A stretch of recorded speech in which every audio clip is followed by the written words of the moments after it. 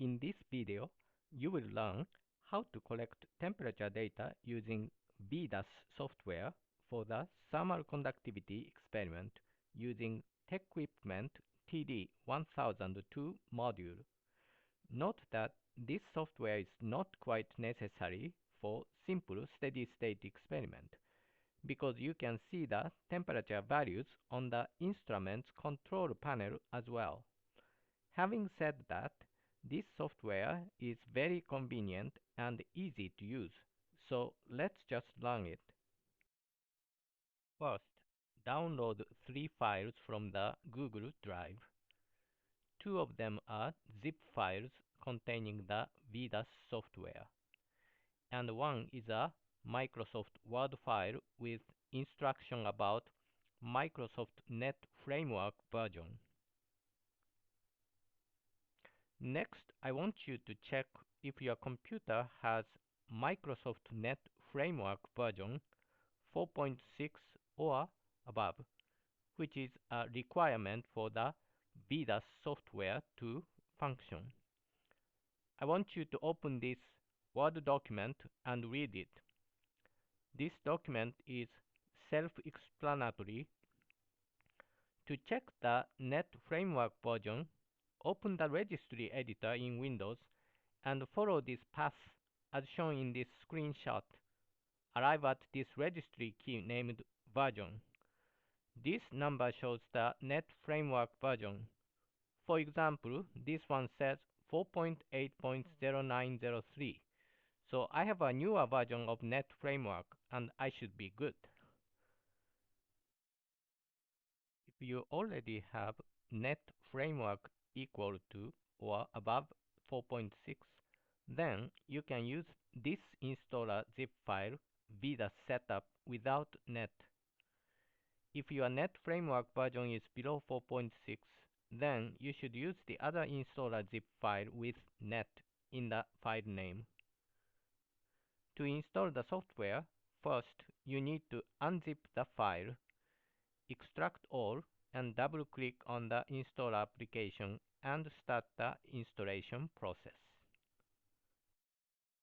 After you install the VDAS software and open it for the first time, you will be asked to choose the TecQuipment instrument module to operate.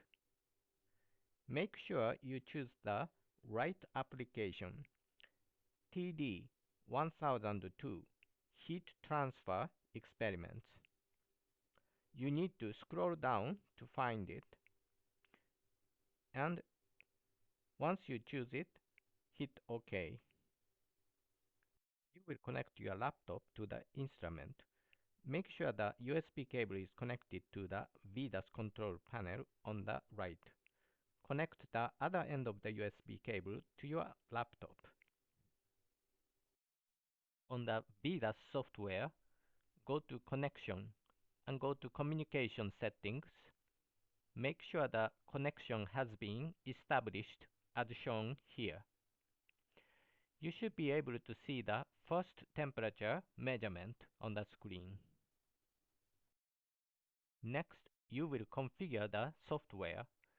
Enter the room temperature or just leave it as 20 degrees Celsius. Choose the middle section material from this drop-down menu and check the checkbox. OK, let's collect real-time data now.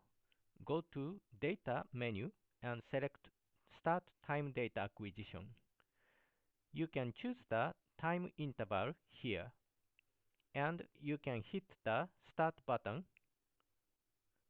Now you can see the temperatures are changing. If you click on the Display Data Table window button, you can see the record of all temperature values with timestamps, which is being updated as time passes. If you click on the Display Chart window button, you can show the temperatures in a figure which is being updated as time passes.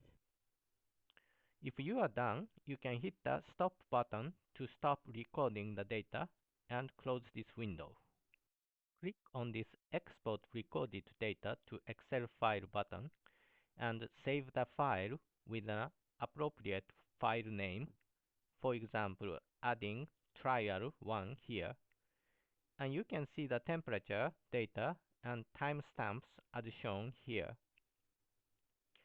Next, go to the data menu and select Maintain Data Series and delete the data series to clear the data from the memory. If you want to switch to the gas thermal conductivity experiment, you can choose the TD1002D module from this drop-down menu. When you are done, disconnect the USB cable from the laptop and exit the software. I hope you enjoyed the video.